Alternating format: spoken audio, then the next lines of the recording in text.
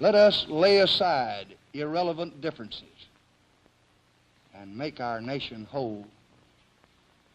Let us hasten that day when our unmeasured strength and our unbounded spirit will be free to do the great works ordained for this nation by the just and wise God, who is the Father of us all. Prohibited discrimination in public places, provided for the integration of schools and other public facilities, and made employment discrimination illegal. This document was the most sweeping civil rights legislation since Reconstruction.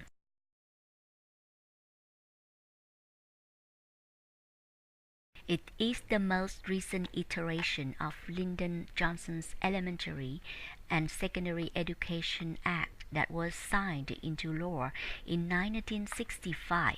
The original goal of the law is to improve education equity for students from lower income families by providing funds for schools, districts, and students. It's time to come together to get it done, so that we can truthfully say in America, no child will be left behind, not one single child. The president's nearly $48 billion education plan includes testing children annually to more closely monitor reading and math skills, rewarding schools where grades improve and punishing failing schools by cutting federal money to districts that don't show progress, and allowing parents of children in public schools that fail 3 years in a row to use tax dollars, government vouchers, to move their children to private schools. But this last part, vouchers, makes Democrats wary. In fact, Mr. Bush didn't even mention it by name. When schools do not teach and will not change, parents and students must have other meaningful options. George Bush noted that No Child Left Behind in 2001 carried a lot of grounds. But the elements that got most attention are the large requirements of annual testing, accountability, and school improvement. All schools need to publish these test results by student groups, including low-income groups, students with disabilities, and English language learners. A spending of nearly $48 billion for this plan is closely monitor reading and math skills, rewarding schools with grades improved, punishing failing school by cutting federal money by districts which don't show progress. It was called a new Foundation for Student Success, a result of a remarkable collaborative effort promised a consistent, shared, rigorous education standards for all students to apply in colleges and work expectations. The state-led effort to develop the Common Core State Standards was launched in 2009 by state leaders, including governors and state commissioners of education from 48 states.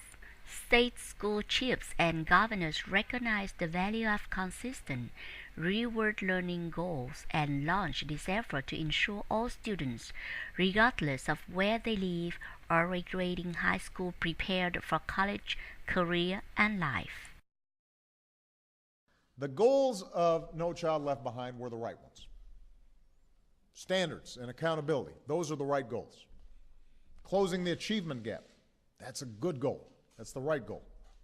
We've got to stay focused on those goals, but we've got to do it in a way that doesn't force teachers to teach to the test or encourage schools to lower their standards to avoid being labeled as failures.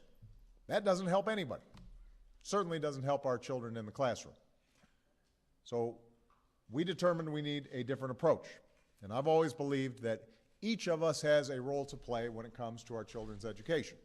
And in an economy where employers are looking for the most skilled, educated workers, few people are going to have a bigger impact on that than the men and women who are in our classrooms.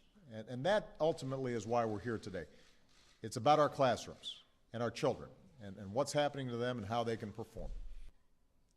We want high standards, and we'll give you flexibility in return. We combine greater freedom with greater accountability.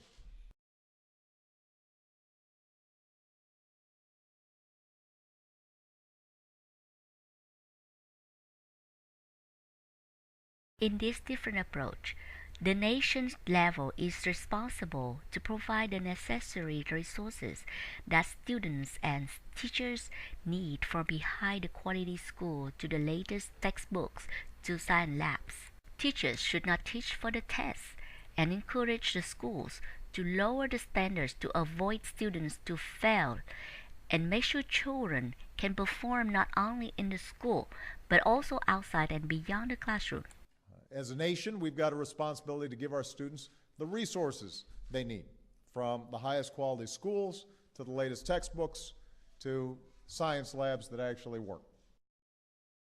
The final goal is to help students to reach their full potential. This must come from parents and teachers who know which works and don't for students. The impact is often much bigger than we realize. One study found that a single good teacher can increase the lifetime earnings of a classroom by $250,000. Single teacher. A great teacher can help a young person escape poverty, allow them to dream beyond their circumstances. So teachers matter, who helped them make it here, and say thank you.